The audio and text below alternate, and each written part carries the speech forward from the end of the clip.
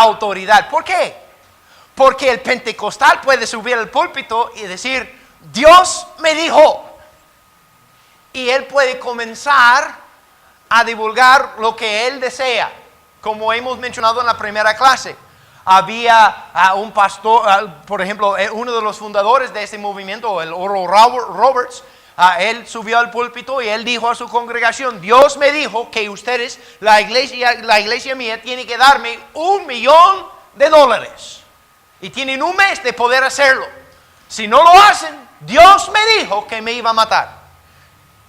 El problema con esto es cuando él subió al púlpito diciendo, Dios me dijo. ¿Por qué? Porque él estaba tomando autoridad que no le pertenecía. ¿Me entiende? Autoridad. Como Iglesia Bautista, nuestra autoridad sale de este libro. La autoridad de la Iglesia Bautista no es el pastor.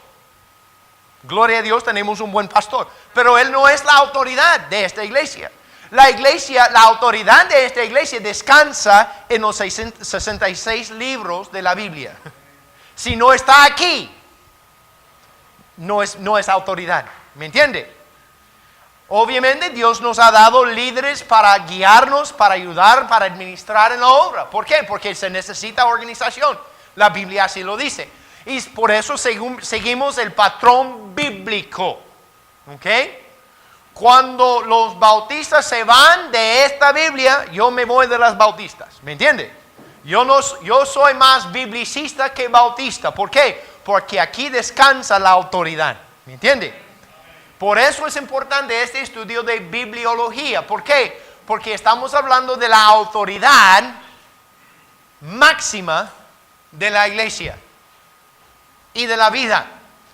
Tuvimos uno de los periodistas en Danlí que vino a entrevistarnos y tuvimos la capacitación pastoral y casi 180 pastores de toda América Central vinieron a recibir esta capacitación y el periodista fue a uno de los pastores y él dijo, eso es la autoridad máxima de la iglesia. Y todo el mundo se reía. ¿Por qué? Porque él no sabe que la autoridad máxima de una iglesia es esto. Cuando el pastor se va fuera de ya no es pastor. ¿Por qué? Porque eso es la autoridad. Todo lo que se hace debe de ser basado en la Biblia. Hoy en día tenemos un gran movimiento de iglesias que dicen, Dios me dijo Dios me dijo tal cosa, y Dios no ha dicho nada. Váyase conmigo y vamos a buscar en la Biblia.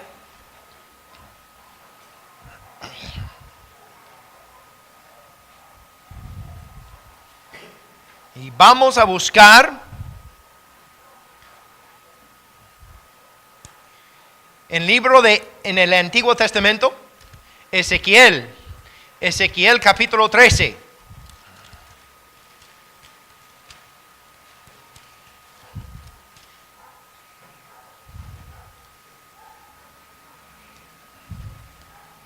Y mira lo que dice. Vino a mí palabra de Jehová diciendo, Hijo de hombre, profetiza contra los profetas de Israel que profetizan, y di a los que profetizan de su propio corazón, oíd palabra de Jehová. Así ha dicho Jehová el Señor, ay de los profetas insensatos que andan en pos de su propio espíritu y nada han visto.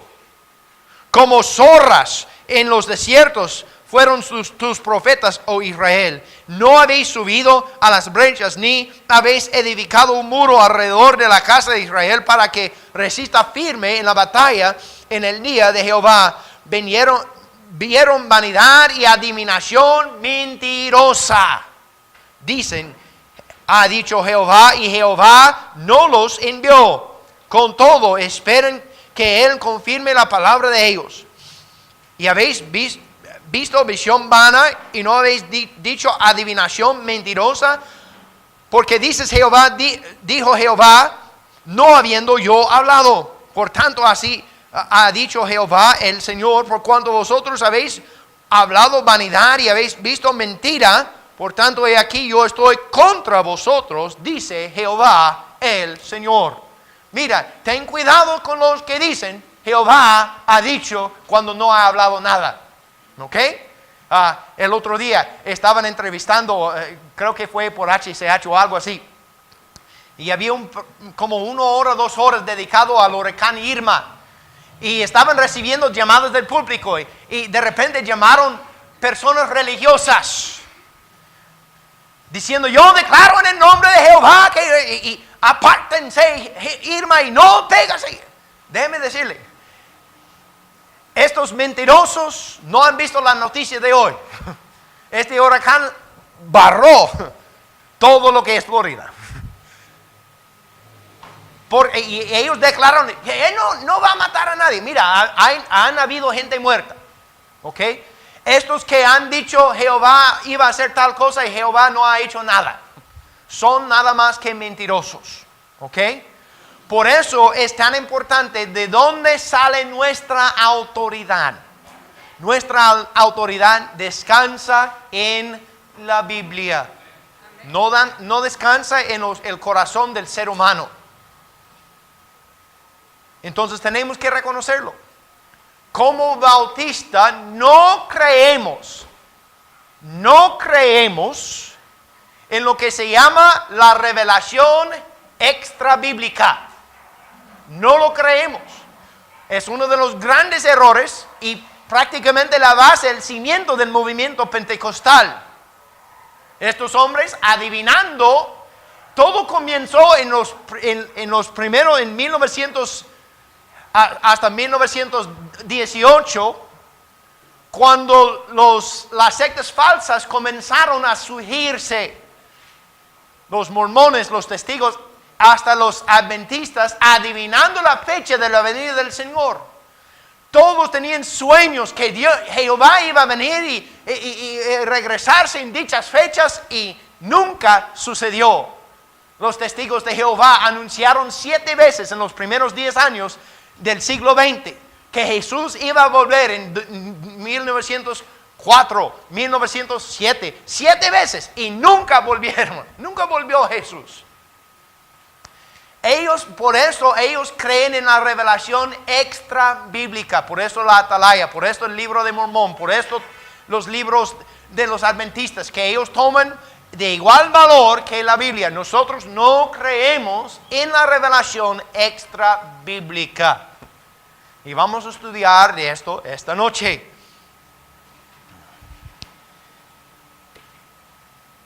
Por eso muchos se confunden en lo que es la profecía. ¿Qué es profetizar? ¿Hay profecía hoy en día? Alguien dígame, ¿hay profecía hoy en día? Sí hay. ¿Qué es profecía? Alguien ayúdame a entender la palabra en español. Yo soy gringo. Enséñame qué quiere decir la palabra profecía. ¿Anunciar? No es anunciar, no es adivinación cristiana. Profetizar no es adivinar cristianamente. ¿Ok? Eso es falsa. Eso es una doctrina, es una creencia, mejor dicho, equivocada. Profetizar no es nada más que repetir lo que Dios ha dicho. Podría tocar el futuro, podría tocar el presente, pero de repetir lo que Jehová ha dicho. Si Dios no lo ha dicho, no es profetizar. Cada vez que el pastor sube al púlpito y predica de la palabra de Dios, está profetizando. ¿Por qué? Porque si él está predicando correctamente, está diciendo, así ha dicho Jehová en su palabra. Hay que seguirlo. Esto es profetizar. Profetizar no es adivinación cristiana. ¿Ok? Escuché de un pastor que fue tocando puertas en México. Y él caminaba con su hijo. Y estaban evangelizando y tocó la puerta de un pentecostal. Un profetisa, digamos. Y ella dijo, yo soy la profeta tal fulano de tal. Y el pastor comenzó a compartir el evangelio y ella se molestó mucho. Yo le dije, yo soy cristiano, yo soy... Y él dijo, a mí no me importa su título, lo que me importa es su alma. Solo quiero compartir. Y ella se enojó. Mira, yo soy profetía. Y yo digo, si tú no me dejas de molestar, tú y tus 3 hijos morirán por la mano de Dios. Y el pastor dijo, discúlpeme, le voy a mostrar qué mentiroso que es, porque solo un hijo tengo.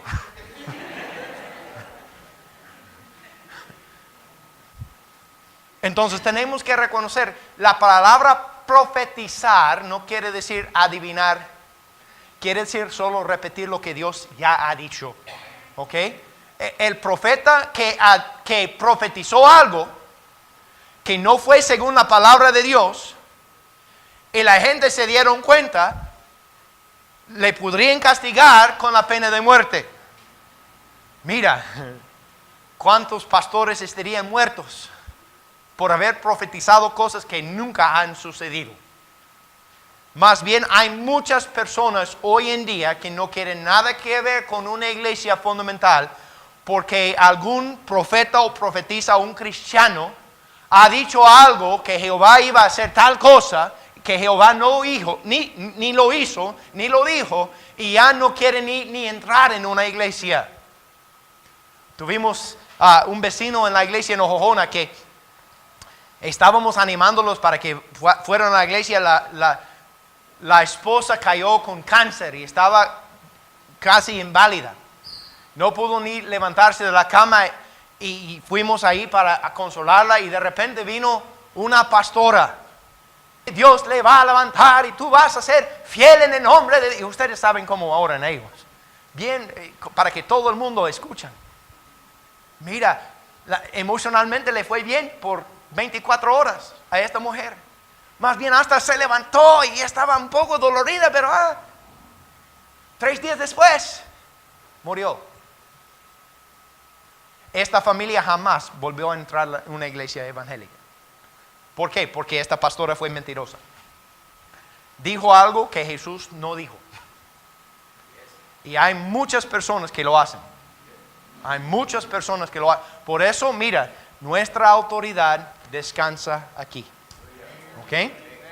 Entonces, vamos a hablar lo que es bibliología, el estudio de la Biblia.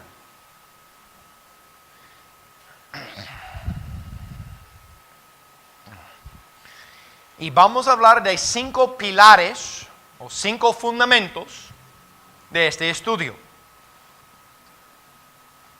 Los 5 fundamentos en el estudio de bibliología.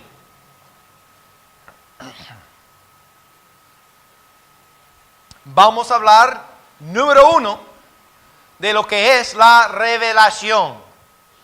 Revelación.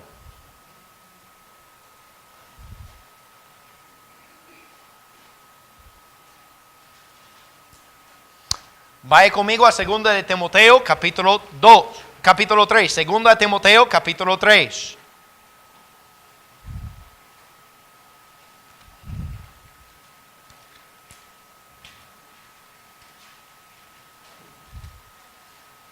Segunda de Timoteo, capítulo 3.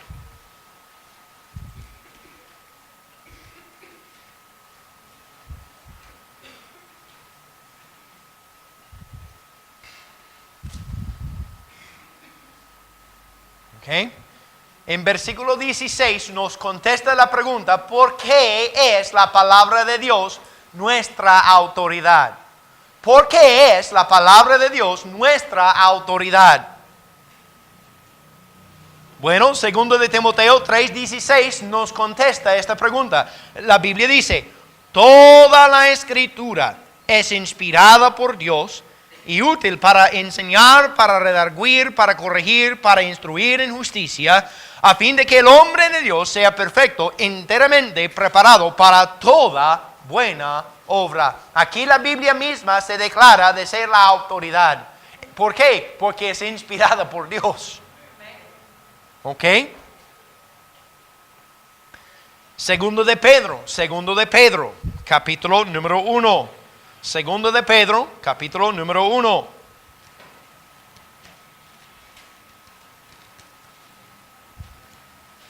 En versículo 21.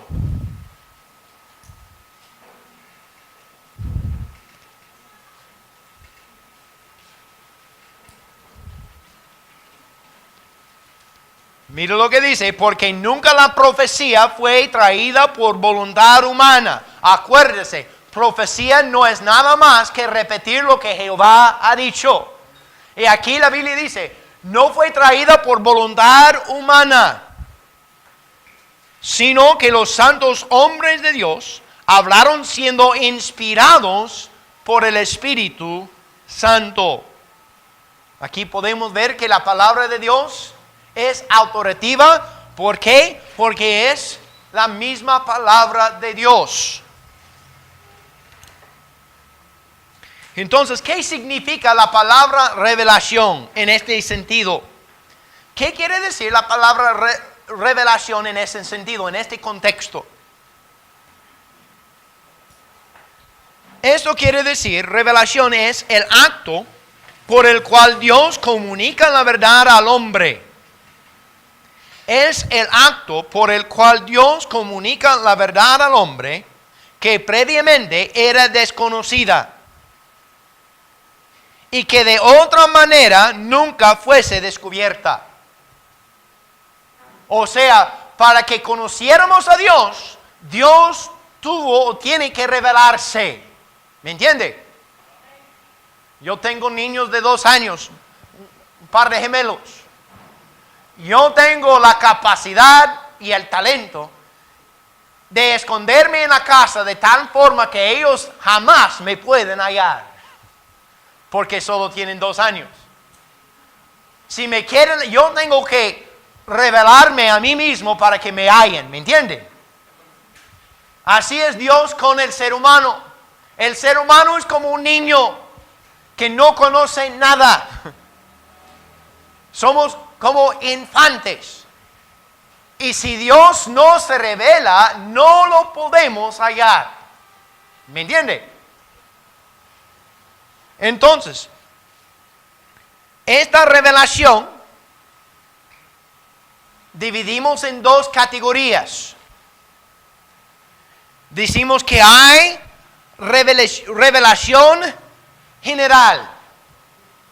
¿Cómo es que Dios se revela generalmente, en general? ¿Alguien sabe? ¿Mande? ¿Alguien? Levanta la mano. ¿Alguien? ¿Cómo? A todo el mundo. ¿Cómo es que Dios se revela a todo el mundo? Y respectivamente de su idioma, su género, lo que sea. Hermana. Excelente. Por la creación. El cielo declara la gloria de Dios. Y el firmamento sus maravillas. Uno no puede salirse afuera de este edificio cuando no hay luz y ver las estrellas y la luna y decir que no hay Dios. Váyanse a Santa Ana en la noche y cuando está despejado el cielo y ver las estrellas y la luna y ver todo lo que es el universo y dígame que no hay Dios. No se puede. No se puede. Dios mismo se declara en su creación. Tampoco se puede ver las cosas más pequeñas y ver el orden que hay en cada cédula de la naturaleza y decir, no existe Dios. Dios se revela a todo el mundo por medio de la creación, pero también Dios se revela a todo el mundo por medio de su conciencia. Por medio de su conciencia. Yo sigo usando mis hijos de 2 años. Mis hijos de 2 años saben cuando hacen algo malo. Alejandro él está aprendiendo, apenas tiene 2 años, pero todavía no habla, porque tiene una pérdida auditiva profunda. Anda con audífonos y apenas está haciendo gemidos y todo, pero él sabe una cosa. En inglés se llama, cuando decimos que ha hecho mal, decimos bad boy, niño malo. No es que él es un niño malo, pero está actuando como si fuera un niño malo. Entonces, él hace así. Bad boy. Cuando él ya sabe que anda mal. Solo tiene este travieso solo tiene 2 añitos y ya sabe cuando anda mal. Bad boy. Pensando, así lo hago es bien bonito y no me van a castigar. Pero ¿sabe algo? Este grosero ya sabe que anda mal. Él ya sabe. ¿Por qué? Porque Dios le ha dado a él una conciencia. No existe una persona que puede negar la existencia de Dios por lo que está dentro, su conciencia. Dios se revela generalmente a todo el mundo. Ni modo si habla en español, inglés, africano, lo que sea. Se revela por medio de su creación y por su conciencia. Pero Dios también se ha revelado específicamente y especialmente en 2 maneras. Dios se ha revelado especialmente, decimos la revelación general, porque todo el mundo lo ha visto, pero también decimos la revelación especial. ¿Por qué? Porque todo el mundo todavía no ha visto, no ha escuchado en detalle lo que es Dios. Y eso se llama la revelación especial y lo ha hecho en 2 maneras. Número 1, por medio de Cristo. Jesús fue la revelación especial. Tomó carne, se hizo carne, vivió dentro de nosotros para revelarse. La otra forma es por medio de su palabra. Por medio de su palabra. ¿Ok? La revelación especial.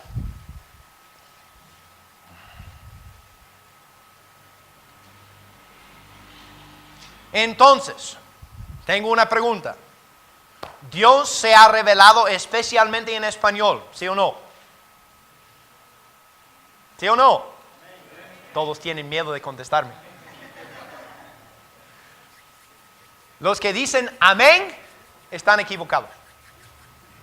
Dios no se ha revelado en español. Dios ha preservado su palabra en español, pero Dios no se reveló en español. ¿Me entiende? Es otra palabra que vamos a aprender, pero hay que tener cuidado, porque los profetas y apóstoles de hoy en día dicen, sí, yo soy el medio por lo cual está revelándose. Y están equivocados porque están diciendo, esto ya no tiene autoridad porque yo soy una revelación nueva. ¿Me entiende? No creemos en una revelación nueva. Dios ya se ha revelado por medio de la creación, por medio de la conciencia, por medio de Jesucristo encarnado y por medio de esto. ¿Ok? Entonces, ¿por qué es la Biblia nuestra autoridad final? Como ya hemos leído en 2 de Timoteo capítulo 3, versículos 15 al 17. También lo hemos leído en 2 de Pedro 1:21. Pero vaya conmigo a Hebreos capítulo 1. Hebreos capítulo 1. Es importante que cementamos esto como cristianos y como una iglesia bautista, de donde descansa nuestra autoridad. Nuestra autoridad y toda la autoridad que necesitamos para tener una vida abundante descansa en la palabra de Dios.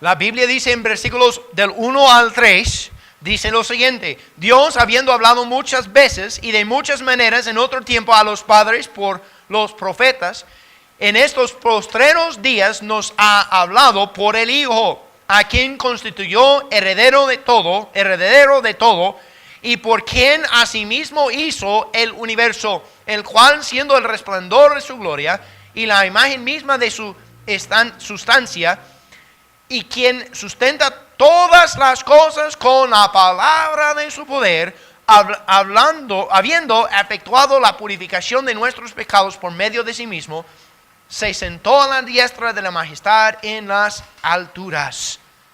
También en San Juan capítulo 1, San Juan capítulo 1.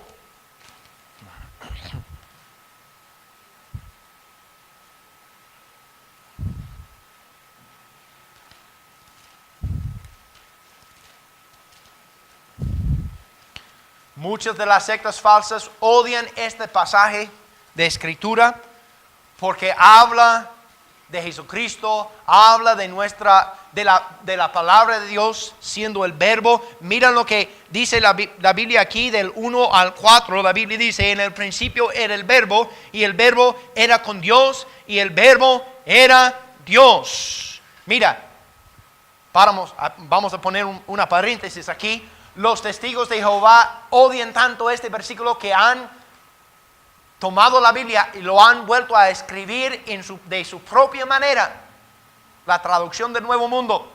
¿Por qué? Porque no les gusta lo que dice. Entonces escribieron su propia Biblia. ¿Por qué? Porque la Biblia dice: en el principio era el verbo, y el verbo era con Dios, y el verbo era Dios. En la versión de ellos, ¿qué dice? En el principio era el verbo, y el verbo era con Dios, y el verbo era un Dios. Problemático, porque Cristo no es uno de los dioses, Él es el Dios. ¿Ok? Toda secta falsa niega la doctrina de la deidad de Cristo.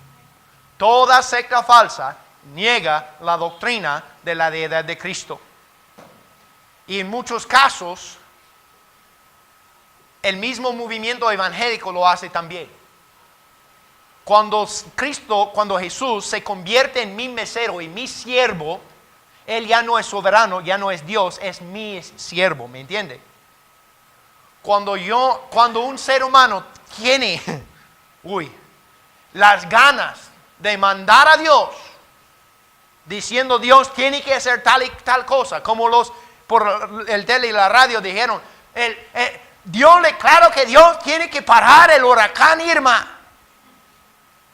El que se atreve a hacer esto está negando la misma deidad y soberanía de Jesucristo. ¿Por qué? Porque Jesús es soberano. Yo no mando a Él, Él me manda a mí. ¿Me entiende? Por eso hay que tener cuidado. En versículo Dios, era en el principio con Dios. Está hablando de la preexistencia de Cristo. Todas las cosas por Él fueron hechas, y sin Él nada de lo que ha sido hecho fue hecho. En Él estaba la vida, y la vida era luz de los hombres. Nosotros creemos que la Biblia es nuestra autoridad final. ¿Por qué? Porque es la mera palabra de Dios. ¿Ok? Que ha sido revelado y preservado. Podemos ver que aún Jesús reconoció la autoridad del Antiguo Testamento cuando Él estuvo aquí en su ministerio terrenal. Él reconoció la autoridad del Antiguo Testamento cuando estaba aquí en su ministerio terrenal. Él habla de su autoridad. Su autoridad en Mateo capítulo 22, versículo 43. Por falta de tiempo no lo vamos a buscar porque yo tengo un montón de citas. Y si pasáramos a todas las citas estaríamos aquí toda la noche. Entonces, habla de la autoridad del Antiguo Testamento en Mateo capítulo 22, versículo 43. La autoridad del Antiguo Testamento. Habla de la fiabilidad. La fiabilidad, o sea, se puede confiar en la palabra porque es fiel. En Mateo capítulo 26,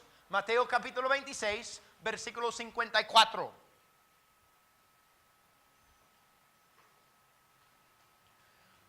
También, número 3, habla de la finalidad de la autoridad del Antiguo Testamento. La finalidad es la palabra final. Mateo capítulo 4. Mateo capítulo 4, del 4 al 10. Mateo capítulo 4, versículos del 4 al 10.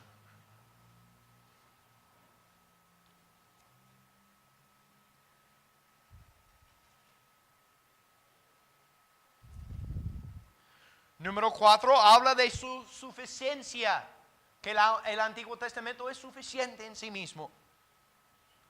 Suficiencia. En el libro de San Lucas, capítulo 16. Lucas capítulo 16, versículo 31. Lucas capítulo 16, versículo 31.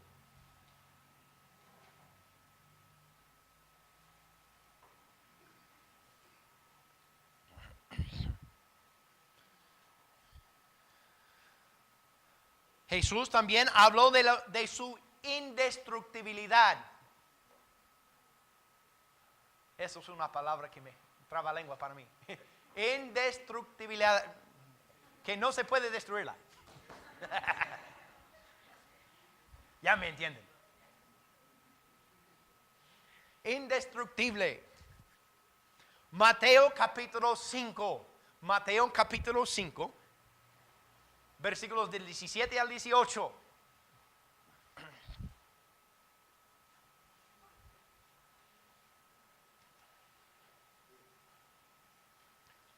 Número 6. Jesús mismo en su ministerio terrenal dijo acerca del Antiguo Testamento, habló de su unidad y la claridad. La unidad y la claridad del Antiguo Testamento. La unidad y la claridad del Antiguo Testamento. En Lucas capítulo 24. Lucas capítulo 24, versículos 27 y el versículo 44.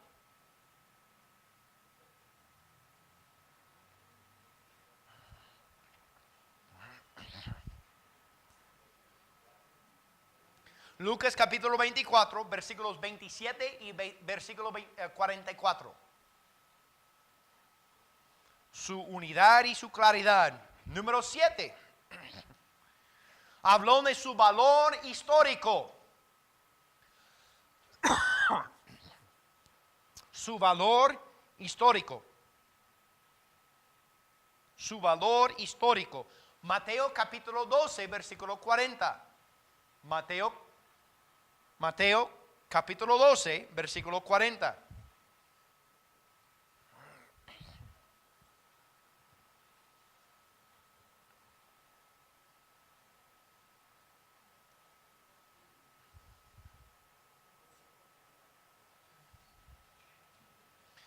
Él también dijo, número 8, que está basado en hechos reales. Basado en hechos reales. Mateo capítulo 19. Mateo capítulo 19, del 2 al 56. Mateo capítulo 19, del 2 al 56.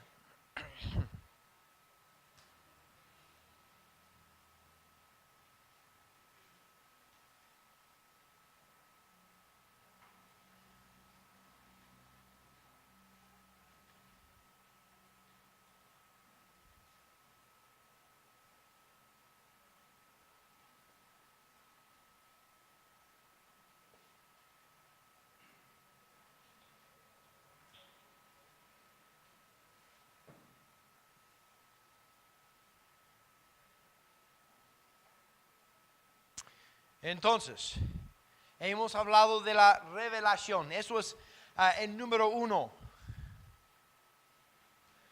Ya vamos al número 2.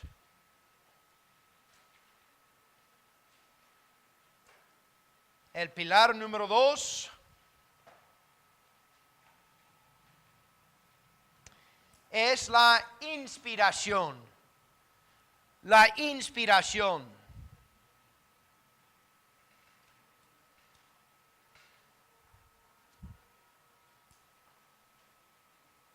Inspiración. ¿Qué quiere decir la palabra inspiración? Este término es un término bíblico, una palabra que se encuentra en la Biblia. Y literalmente la palabra inspiración sale de una palabra griega, una palabra compuesta, que es la palabra theopneustos.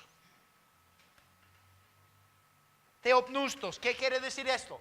Quiere decir respirado por Dios mismo. Respirado por Dios mismo. Theopneustos quiere decir respirado. Theo quiere decir Dios. Respirado por Dios. Es la misma respiración de Dios. En otras palabras. ¿Puede deletrear la palabra, por favor? Deletrearlo. Theo. T-H-E-O. P-N-E-U-S-T-O-S.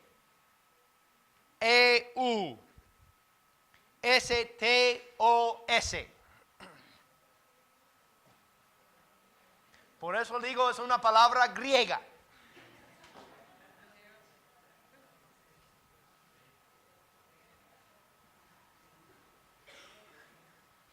Cuando les toca aprender el griego, vamos a tener un buen tiempo.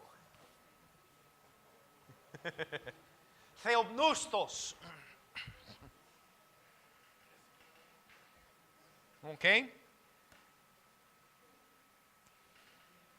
En cuanto al estudio que estamos haciendo, quiere decir, o habla del hecho de que Dios, mediante el cual Él deja constancia de su verdad para la humanidad.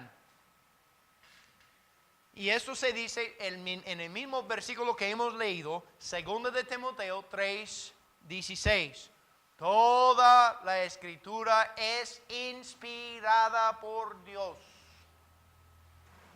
O sea, respirado por Él.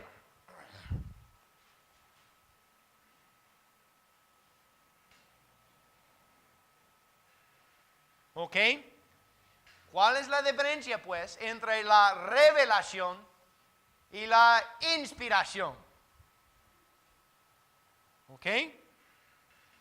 Revelación es la comunicación de la verdad. Se ocurre en un sueño, una visión, voz audible o en varias otras formas. No tiene que ser necesariamente en forma escrita. Inspiración habla de las palabras que están escritas en papel.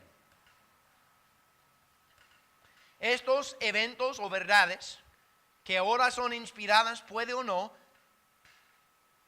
que pueden ser o no pueden ser reveladas. Por ejemplo, hay 4 evangélicos. ¿Ok? Solo 2 tienen genealogías. ¿Me entiende? Una genealogía. Tal persona tuvo este hijo tuvo otro hijo, este hijo tuvo otro hijo.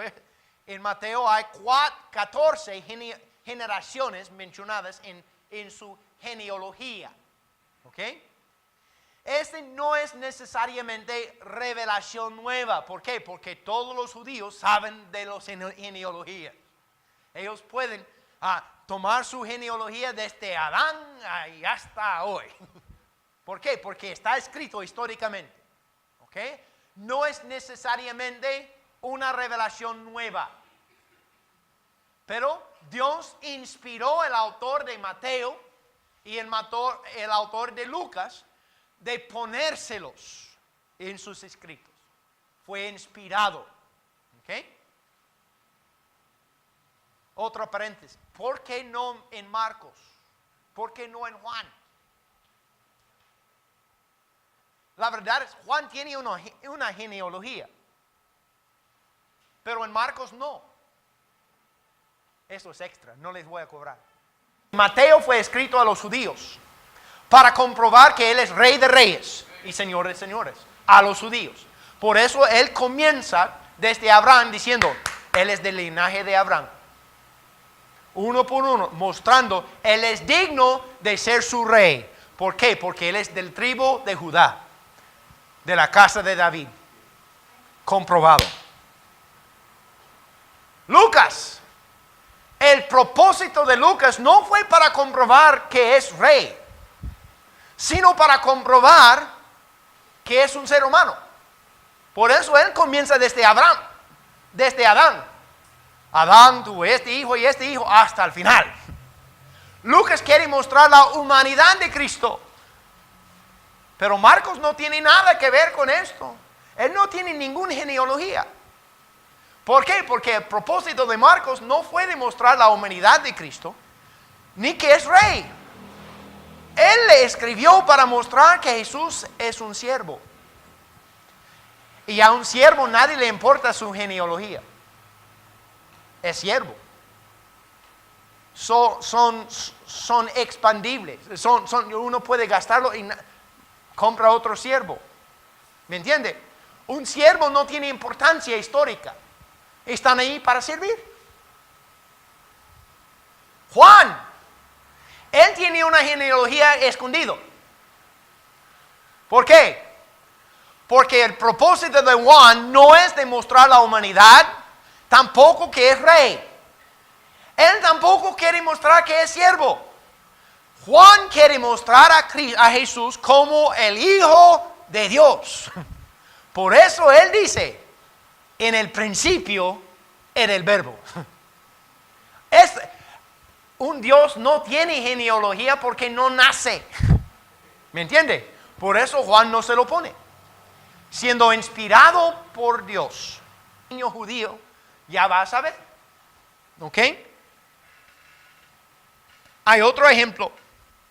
Sabemos que Daniel vio y escuchó la verdad revelada por Dios. Pero luego le fue dicho que sellara el libro, lo que significa que lo que él experimentó fue revelación, pero no fue escrita. O sea, él no tuvo el permiso de escribir el entendimiento, la razón por la cual vio esto. Dios dijo, mira, se lo voy a mostrar el por qué está viendo todo esto, pero no se lo apunta. Se lo sella hasta el final. ¿Ok? La diferencia entre revelación y inspiración. Revelación puede ser una visión, voz audible, todo esto. Inspiración tiene que ver con las palabras por escrita. ¿Ok? Entonces aquí vienen las preguntas.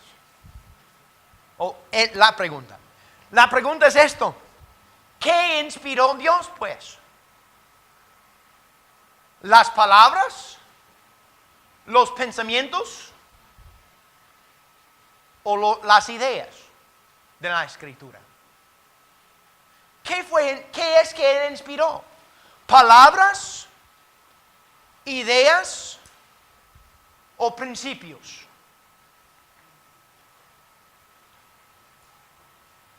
Los de la sociedad bíblica quieren que entendamos que Dios inspiró las ideas y los principios. ¿Por qué? Para que puedan vender varias versiones. ¿Me entiende? ¿Por qué? Porque la Biblia enseña que Él inspiró la palabra. Cada palabra de la Biblia es importante. Por eso en otras versiones, usted puede tomar la versión nueva internacional y puede ver, buscar en 1 Juan 5:7, donde habla de la Trinidad y va a tener una anotación. En versiones más antiguas, este versículo no existe, poniendo duda en la misma palabra de Dios. ¿Por qué? Porque en el concepto de los que están traduciendo las nuevas versiones hoy en día, Dios no inspiró la palabra, Él inspiró las ideas, Él inspiró los principios. Pero ¿sabe algo? La Biblia claramente enseña que Él inspiró cada palabra. ¿Entiende? Vaya conmigo a Salmos. Salmos capítulo 12. No toma la palabra mía por eso. Vamos a buscar en la misma palabra de Dios y vamos a ver donde Dios mismo se lo dice. Salmos capítulo 12.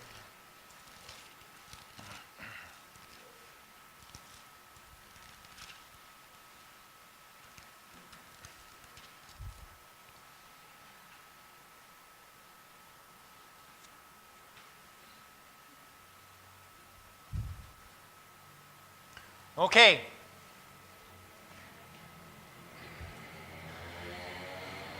Los pensamientos de Jehová son pensamientos limpios. Así dice su Biblia.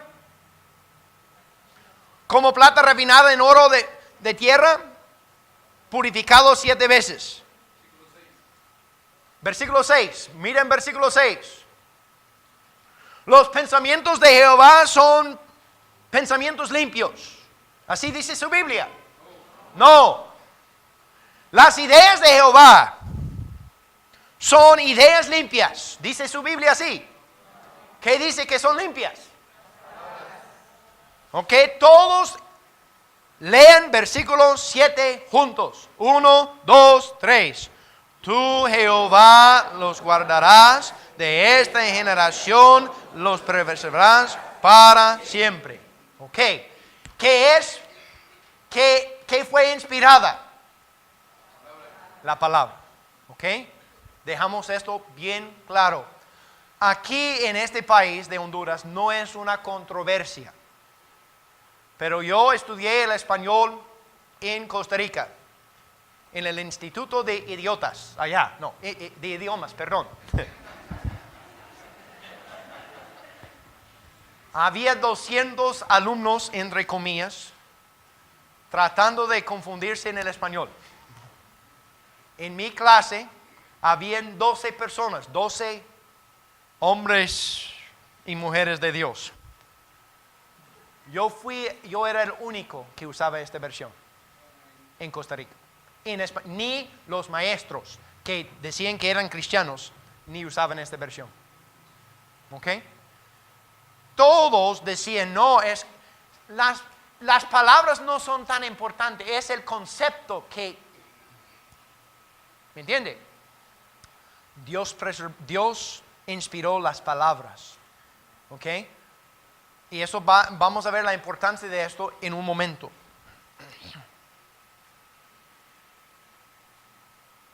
Las palabras son tan importantes que se convierten en un nombre por el cual nos referimos a Cristo, el verbo. El verbo.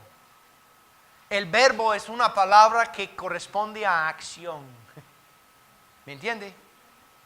Dios mismo se llama a sí mismo el verbo. Y también se llama a sí mismo, yo soy la palabra.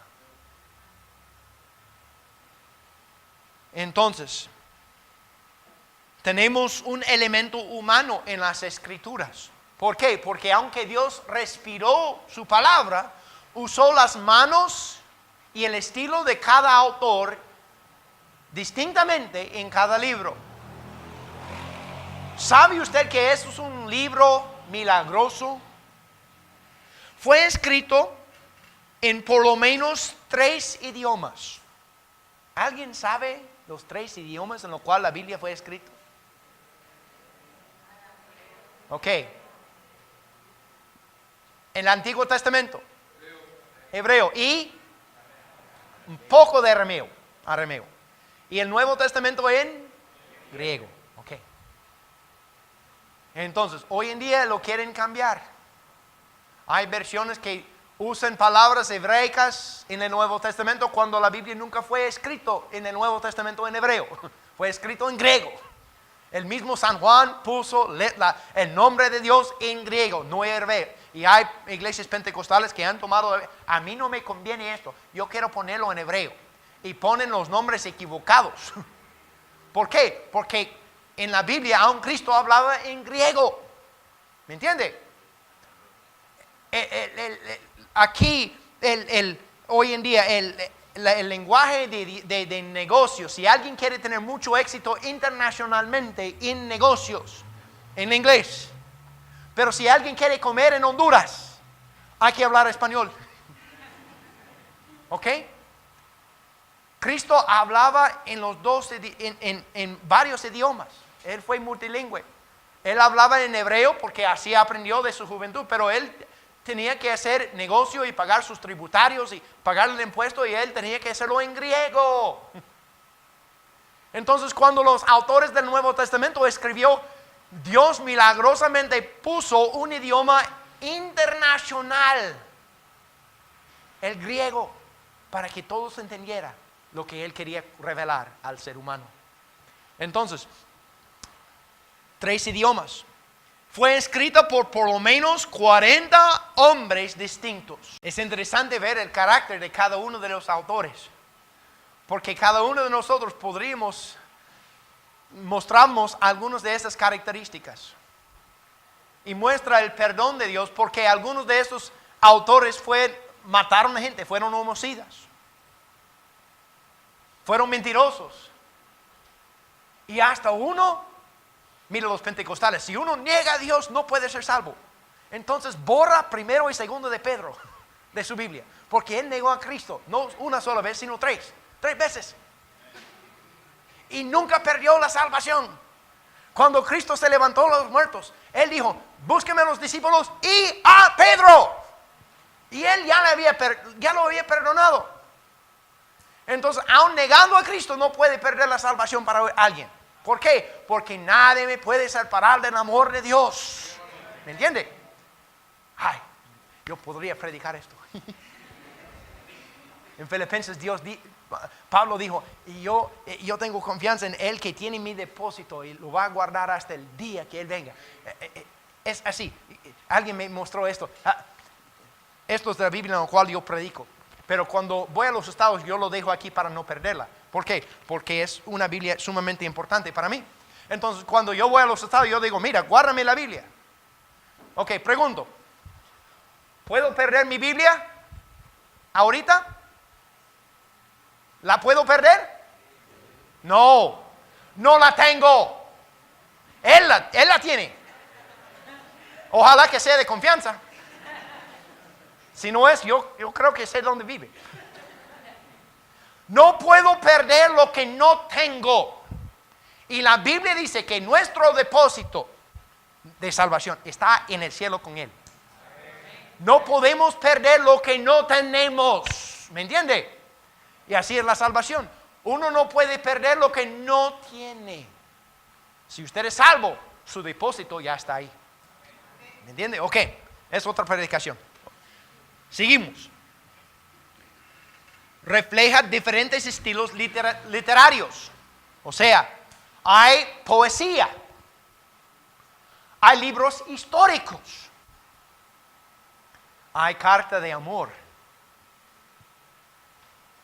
El cantar de los cantares no fue permitido para el judío joven de leer hasta que cumplió 18 años. Y está en la Biblia. Diferentes estilos literarios. Por ejemplo, libros históricos, libros de poesía, libros de derecho. Los abogados pueden decir amén. Ok. Mira, siento mucho por los adventistas. Hay más de 660 leyes en el Antiguo Testamento. Y si uno se afeita la barba, ya está perdido. Entonces, si se encuentra con un adventista, ¿y por qué se afeitó? Es contra la ley. Búscala, creo que es en Levítico. Pero hay diferentes estilos que se encuentran. Si a usted no le gusta leer de los derechos, mira, hay algo en lo cual puede ser que le gusta leer. Aquí en la Biblia. Libros que hablan del futuro. Hay de todo. Muestra intereses humanos.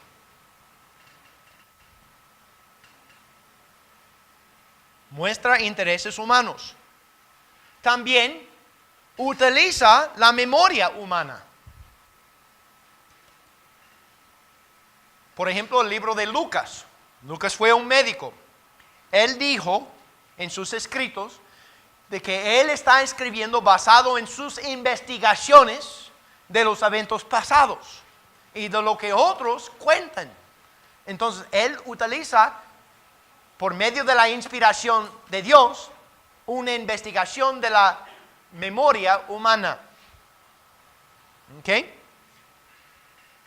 También muestra la cultura humana. Muestra la cultura humana.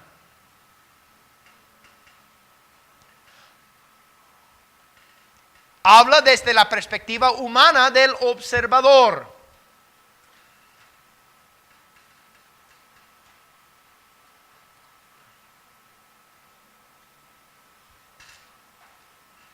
También muestra diferentes puntos de vista de un mismo evento. Por ejemplo, tenemos cuatro evangelios, hablan de la misma vida, la vida de Cristo. Alguien puede decir, ay, mira, pero son distintos cada uno. Claro que sí, porque hablan del punto de vista distinto de cada autor. Es como un diamante. Un diamante no tiene una sola fachada, tiene varias. Y para que brille el día, entre más fachadas tiene, más fases tiene, más brillante el diamante.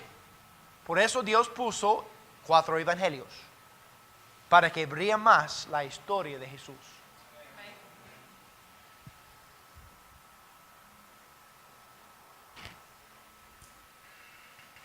Habla acerca de Dios desde nuestra perspectiva.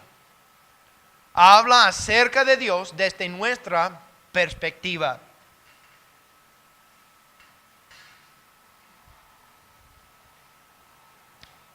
Y aunque es un Dios divino, inspirado por Dios, escrito por seres humanos, no pasa por alto los pecados de los mismos autores. Por ejemplo, David, el mismo autor, escribió de su propio pecado. No esconde los pecados de los escritores.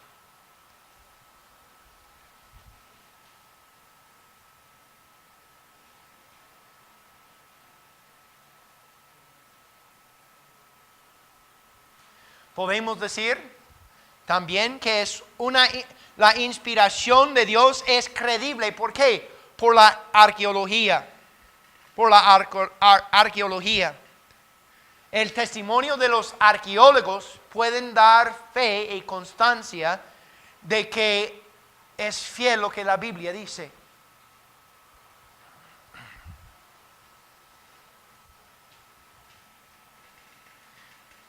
Por ejemplo, Abraham, el Ur de los Caldeos, en su lugar de nacimiento y juventud, son establecidos arqueológicamente hablando. Han hallado artefactos arqueológicos comprobando la vida de Abraham, comenzando en el Ur de los Caldeos hasta su muerte.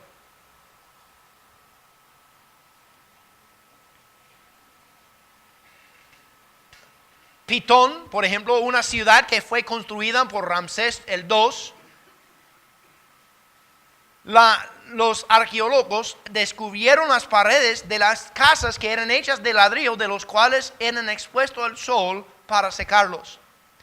Algunos con paja y algunos sin paja, porque el mismo faraón negó la paja a los israelitas para construirlas. Belsasar, rey de los caldeos, por mucho tiempo su nombre no pudo ser hallado en la historia de los caldeos. Otro rey, Nabucodonosor, fue hallado muchas veces. Pero, ¿es una contradicción? Por supuesto que no. Los arqueólogos comprobaron que Belsasar fue el hijo en 1854. Él fue el segundo encargado, mientras su padre estaba en la lucha batallando. Él falleció en una batalla. Su hijo no se dio cuenta y hizo una gran fiesta. De repente vio un dedo escribir en la pared. Él llamó a Daniel. Él dijo: Daniel, te voy a hacer el tercer más poderoso en el imperio, si me dicen lo que dice.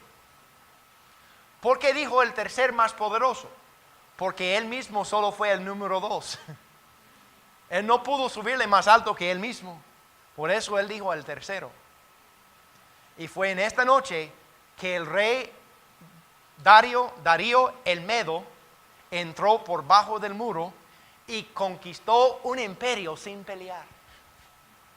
Y el imperio Medo-Persa comenzó en esta noche. Y es comprobado por la historia. Maravilloso en su formación. También es maravilloso en su unificación. Hay 66 libros que hablan de un solo tema: Dios y la historia de la redención del ser humano. Es maravillosa en su edad. También es maravilloso en su venta. Es el libro más vendido de toda la historia del ser humano.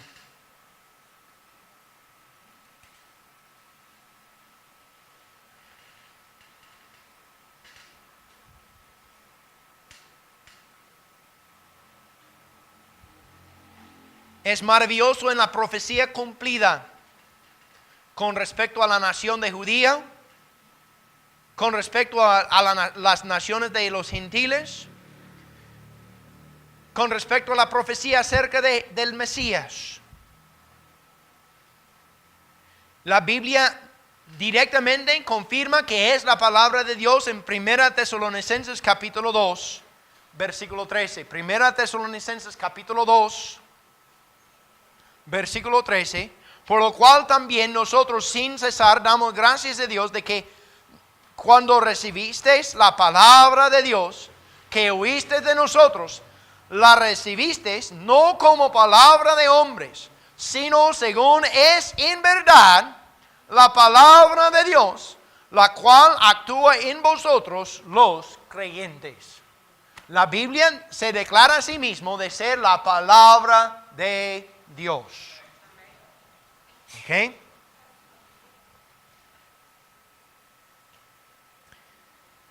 Hemos hablado de dos palabras importantes: la revelación, como Dios se revela al hombre, voz audible, visiones, lo que sea. Luego hablamos de la inspiración, como Dios se reveló por medio de lo escrito. Ya vamos a hablar de la canonización. Canonización.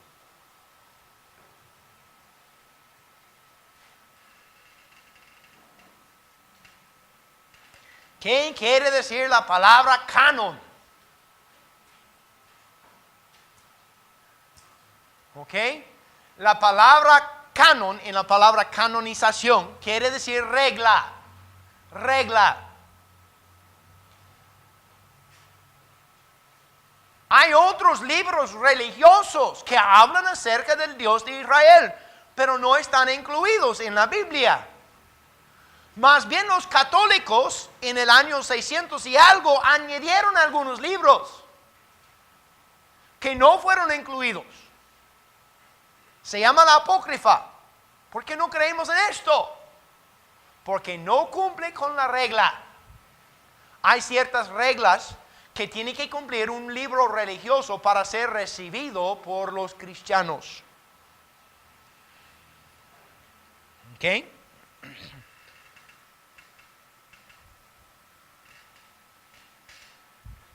¿Por qué no reconocemos los otros libros religiosos no incluidos en la Biblia? Esos libros se llaman libros apócrifos. Bueno, hay 4 razones. Número 1, nunca fueron reconocidos por Israel. Nunca fueron recibidos por Israel.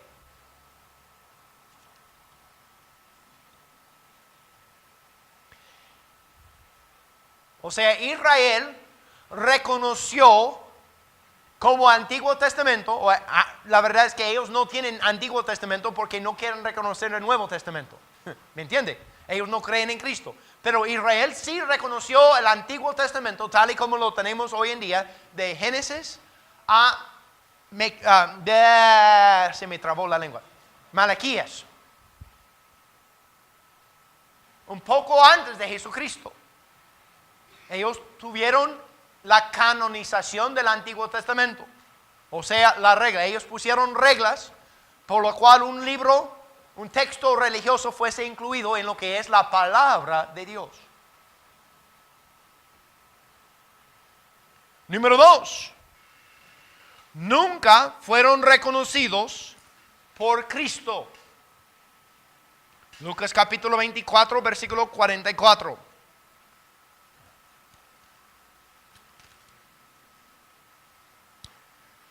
Por falta de tiempo no lo vamos a leer, pero no fueron reconocidos por Cristo. Número 3. Nunca fueron reconocidos por la iglesia primitiva.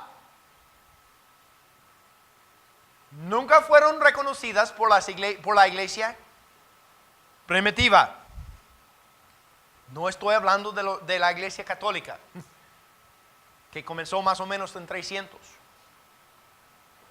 Estamos hablando de las iglesias primitivas del primer y segundo siglo.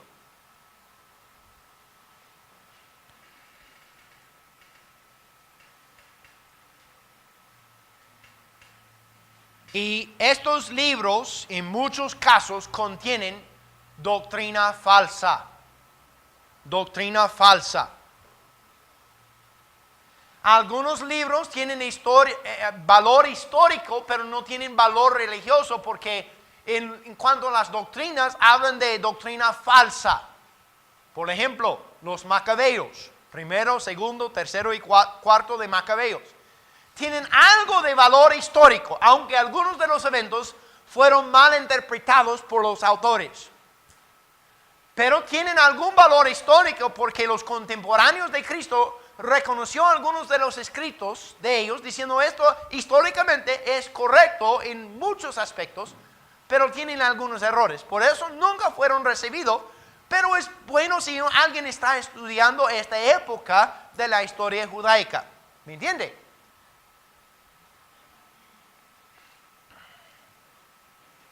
Muchos de estos libros fueron escritos en los 4 años que se le llaman el periodo intertestamentario, que son más o menos entre 600 y 400 años. Muchos teólogos dicen que son años de silencio, pero yo no quiero decir esto porque Dios obraba mucho en estos años. Más bien mucha de la profecía de Daniel se lleva a cabo en los 400 años cuando la Biblia no fue escrito. Pero el periodo intertestamentario fueron los 400 años en lo cual Dios no inspiró nueva palabra por escrito. Y muchos de estos libros fueron escritos en este entonces, hablando en muchos casos de doctrina falsa y algunos eventos históricos que nunca sucedió.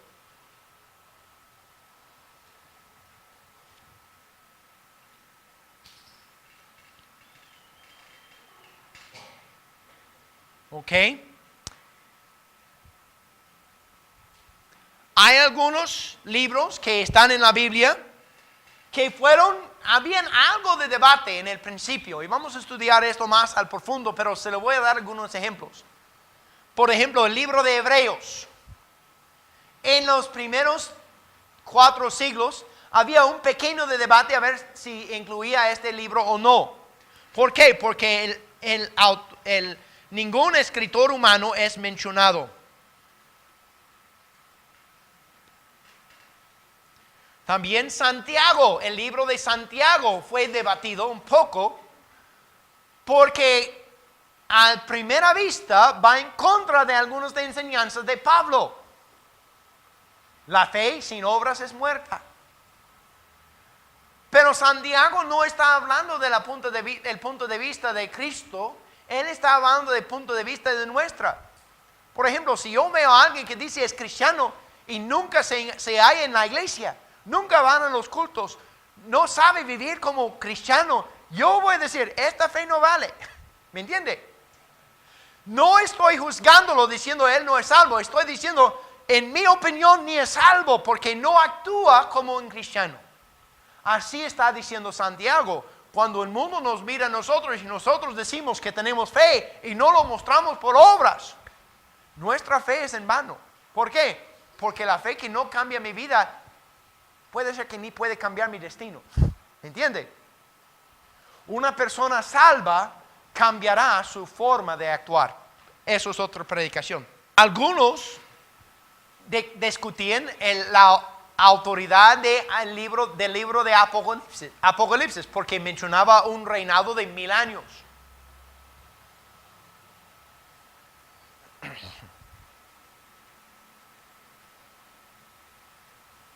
Entonces vamos a ver históricamente, rápidamente, cómo fue recibido los 66 libros, específicamente el Nuevo Testamento. Porque ya sabemos que el Antiguo Testamento fue comprobado por la nación de Israel unos 100 años antes de Cristo. Había 5 concilios de iglesias locales en lo cual pusieron el canon, o sea, las reglas. Algunas de las reglas son que tenían que ser reconocidos por los apóstoles, tenían que tener autoridad en las iglesias primitivas, tenían que tener los eventos históricos comprobados, y así fueron reconocidos como cumplir las reglas. El concilio de Laodicea en 363 después de Cristo, en este concilio, las iglesias prohibieron la lectura de cualquier libro que no fuese canonizado. O sea, lectura en cuanto a ponerle peso.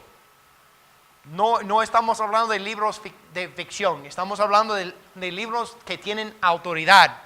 Este concilio dijo, mira, no se puede leer en las iglesias libros que no sean parte de la Biblia. En Atanasio, 4 años después, este fue el primer concilio o reunión de iglesias en lo cual ellos elaboraron la lista de 27 libros del Nuevo Testamento.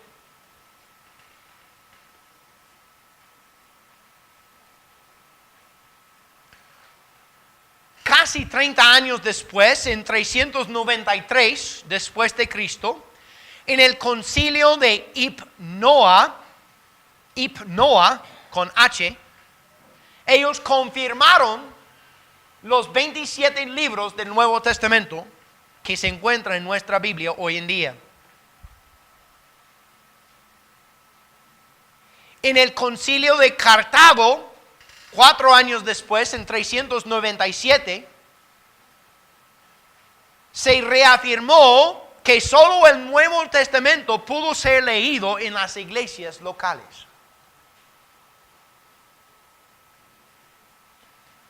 Y en 419, en el concilio de Cartago de nuevo, reafirmó la autoridad del Nuevo Testamento actual.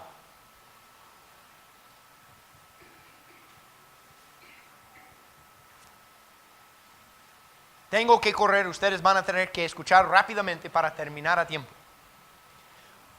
Palabra número 4. Hemos hablado de revelación, hemos hablado de inspiración. Hemos hablado de canonización.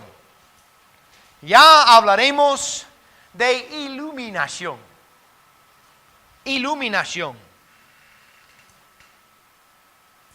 Vaya conmigo a Salmos. Salmos 119.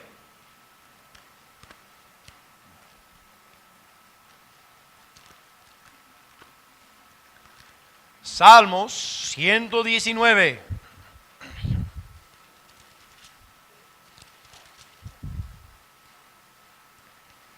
Versículo 30.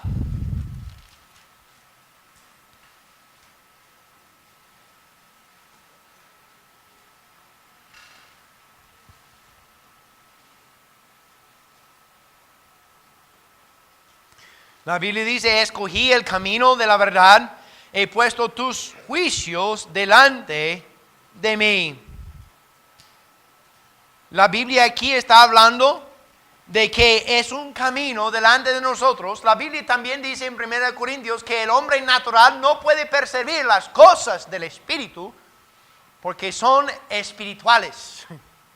O sea, esta Biblia tiene autoridad si está iluminada por Dios mismo. El Espíritu Santo, según Juan capítulo 15, tiene que iluminarnos y guiarnos a toda verdad. ¿Sabe usted que hay profesores universitarios que saben quizás más de la Biblia que su servidor, pero no lo entienden? La tienen prácticamente memorizado, pero no lo entienden. Hasta la nieguen. ¿Por qué? Porque solo el Espíritu Santo puede iluminarlo. Por eso se requiere el poder del Espíritu Santo para entender lo que dice aquí. ¿Me entiende? Es una obra del Espíritu Santo en la vida del cristiano iluminar el libro. Por eso se requiere la iluminación. Iluminación es cuando el Espíritu Santo ayuda al hombre a entender y aplicar las Escrituras en una manera personal.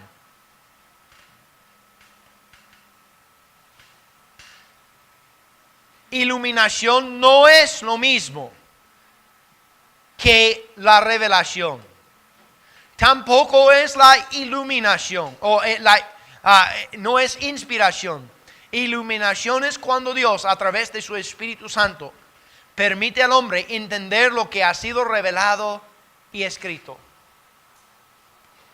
Un ejemplo de esto fue después de la resurrección. Cristo se presentó con los que caminaban en el camino a Emaús. ¿Se acuerda de esta historia? Y ellos no entendían la crucifixión. Y se maravillaban en los eventos del pasado. Y la Biblia dice que Cristo iba explicando las Escrituras a ellos para que entendieran. Y una vez que se sentaron a comer pan, Cristo oró y la Biblia dice que sus ojos fueron abiertos y ya entendieron. Ellos tenían las mismas Escrituras que Jesús estaba explicando, pero sin la iluminación de su Espíritu no pudieron entender. Y déjeme decir, sin el poder del Espíritu Santo tampoco podemos entender lo que dice la palabra. Por eso cada vez que vengamos a la iglesia, cada vez que se predica la palabra, debemos venir con una actitud correcta, lleno del Espíritu, para poder entender la predicación de su palabra. ¿Por qué? Porque es una obra sobrenatural. A veces me pongo triste en los pantallas que ponen ahí. Venga a un evento de milagros y todo esto. No sé si ustedes han visto esto. Para mí es triste. Porque no saben que el milagro más grande puede suceder en cualquier culto donde se predica la palabra de Dios. Y una persona, por el poder del Espíritu Santo, comprende por primera vez su estado espiritual. Comprende por primera vez el sacrificio que Cristo hizo en la cruz. Comprende por primera vez, por medio del Espíritu Santo, su necesidad de ser salvo. Y comprende por primera vez el camino de recibir a Cristo. Eso es un milagro que muchos pasan por alto. Déjeme decirle, el milagro de ver a Lázaro resucitarse, qué bueno. Pero ¿sabe algo? Él volvió a morir. No vive hoy. Está muerto. La mujer que fue sanado de la sangre, que tocó el borde del mantel de Cristo, murió. Fue sanada, pero hoy está en la tumba. De nada sirve un milagro temporal sin un cambio de corazón. por la eternidad. El milagro más grande sucede cuando alguien recibe a Cristo. Por eso se requiere la iluminación. ¿Me entiende? Gloria a Dios por los milagros que han hecho los profetas en el pasado. Gloria a Dios por cada ser querido que ha sido sanado de cáncer. Pero de nada sirve una sanación física si el espíritu está en bancarrota. Y no debemos olvidarlo.